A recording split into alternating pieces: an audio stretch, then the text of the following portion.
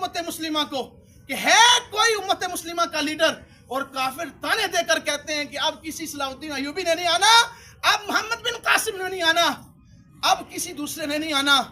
लोगों, यौम यकजहती इजहार का मतलब यही है कि हम उनके साथ खड़े हों, उनके दुख को अपना दुख समझें, उनके एहसास को अपना एहसास समझें। जब हमारे अंदर एहसास पैदा हो जाएगा मुसलमान भाई के लिए, तो फिर कश्मीर का मसला कोई दूर नहीं है, फिर कश्मीर का मसला हल हो सकता है, क्योंकि अल्लाह रब्बुल आलमीन ने अहले ईमान को ईमान का जज्बा अता किया है। और यौम यकजहती इजहार का अगर देखना हो पहलू, तो गज़वाए तबूक के मौके को देख लीजिए।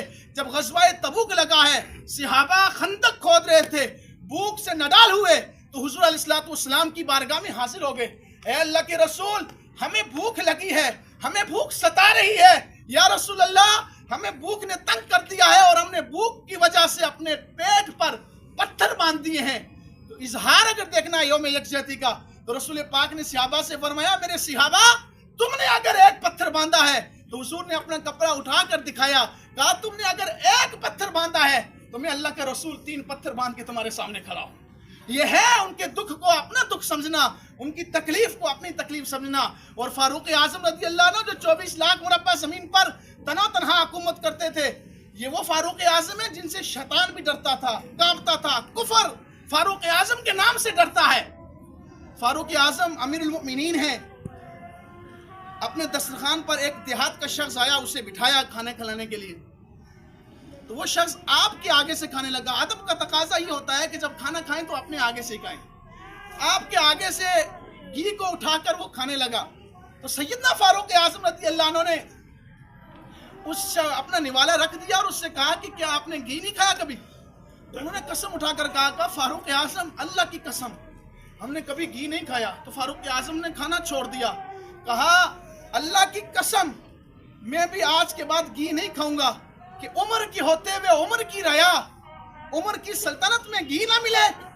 घी खाना छोड़ दिया सैयदना फारूक आजम रज़ी अल्लाह अन्हु ने।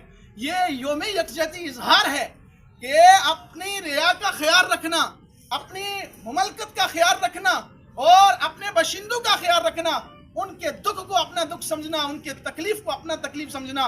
और एक हदीस में सुना रहा था कि हदीस पाक के अंदर आया कि कुर्ब क़यामत का जब रोज़ होगा ना, हुज़ूर सहाबा से फरमा रहे थे उस वक्त मेरे ईमान वाले बुज़दिल हो जाएंगे, कमज़ोर हो जाएंगे। तो सहाबा ने अर्ज़ की या रसूलल्लाह क्या वो लोग तादाद में कम हो जाएंगे? हुज़ूर ने फरमाया नहीं, मेरे सहाबा तादाद में बहुत ज़्यादा मुसलमान होंगे, लेकिन उनके अंदर 2 बीमारियां पैदा हो जाएंगी। हुब्बुद दुनिया, दुनिया की मोहब्बत पैदा हो जाएगी, व कराहियतुल मौत, और मौत से नफरत करने लग जाएंगे, मौत से भागेंगे, डरेंगे। फरमाया उस वक्त मेरी उम्मत मुस्लिमा कमज़ोर पड़ जाएगी, और फरमाया उस वक्त मेरी उम्मत एक प्लेट की मानिद होगी, और जिस तरह एक प्लेट पर भूखे मिलकर टूटते हैं ना, इस तरह काफिर मेरी उम्मत को दबोचने की कोशिश करेंगे, खाने की कोशिश करेंगे, टूटने की उनको मारने की कोशिश करेंगे। तो अजीज़ों, अल्लाह पाक ने हमारे इस वतन पाकिस्तान को हर चीज़ अता की है, कोई ऐसी चीज़ नहीं जो अल्लाह पाक ने इस वतन को अता ना की हो।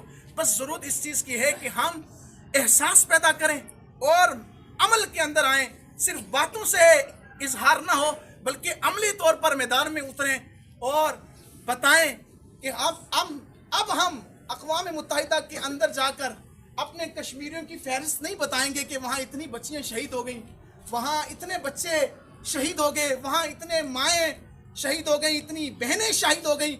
वहाँ जाकर सिर्फ ये नहीं बताएंगे, अब गिला शिकवा नहीं करेंगे। इकबाल ने बहुत पहले कहा था कि ज़ोरे बाजू अज़मा, ज़ोरे बाजू अज़मा, शिकवा करना छोड़ से आज से।